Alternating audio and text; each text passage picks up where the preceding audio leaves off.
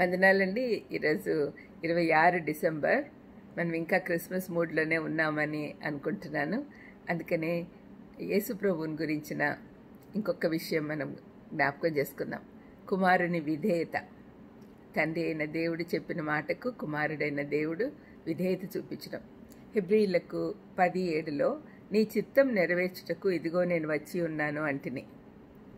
తండ్రి అయిన దేవుడు కుమారుని ఈ లోకానికి బలవంతంగా తోయలేదు, కానీ పరలోకంలో నుండి ఇష్టపూర్వకంగా తనంతట తానే వచ్చాడు.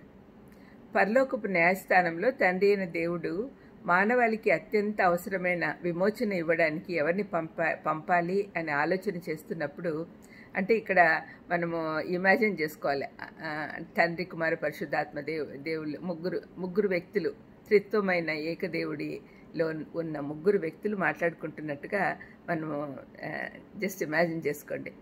అప్పుడు కుమారుడు ఇదిగో నేనున్నాను అంటూ సంతోషంగా ముందుకు వచ్చినట్టుగా చూస్తూ ఉన్నాం. కుమారుని విధేయత శరీరధారిగా ఈ లోకంలోకి వచ్చటంలో మొదలై కల్వరిలో ముగించబడింది. పౌలు శరీరధారణను శిలువ మరణంను కలిపి ఫిలిప్పీ 2:7-8 వచనాల్లో ఈ విధంగా చెప్తున్నాడు.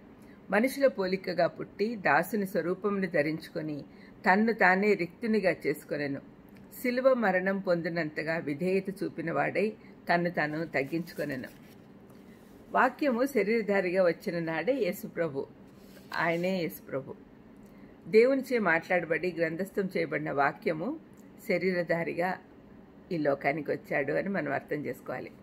శరీరధారి అగుటే కాకుండా లేఖనంలో వ్రాయబడిన ప్రతి విషయము ప్రభు జీవితంలో నెరవేరాయి. ధర్మశాస్త్రంలో ప్రతి ఒక్కటి యేసయ్య విధేయతతో నెరవేర్చాడు. యేసయ్య తల్లి మరియకు పాత నిబంధన లేఖనాల గురించిన అవగాహన చాలా ఎక్కువగా ఉండేది. చిన్న వయసులో ఉన్నా కూడా ధర్మశాస్త్రం వింటూ బాగా నేర్చుకుంది. ప్రభు బాలుడిగా ఉన్నప్పుడు నజరేతులోని కార్పెంటర్ ఇంట్లో ఇహలోక తల్లిదండ్రుల నుండి వాక్యం బాగా నేర్చుకుని ఉంటాడు. అందుకనే యెరూషలేం మందిరంలో బోధకులు అతని ప్రజ్ఞ ప్రత్యుత్తరములకు ఆశ్చర్యపడ్డారు. తన తండ్రి పనుల మీద తాను ఉండాలని వారికి గుర్తు చేస్తున్నాడు, కానీ వారిని తగ్గించకుండా ఇంకా తన సమయం రాలేదు కాబట్టి విధేయతతో వారిని వెంబడించాడు. 12వ ఏట నుండి తర్వాత 18 సంవత్సరాలు ఏం జరిగిందో గ్రంథస్థం చేయబడలేదు.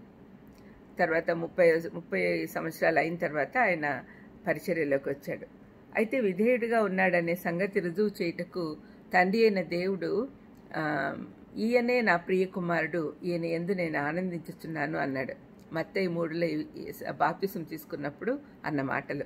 మనం కూడా దేవుణ్ణి ఆనందింపచేసేవారిగా ఉండాలి.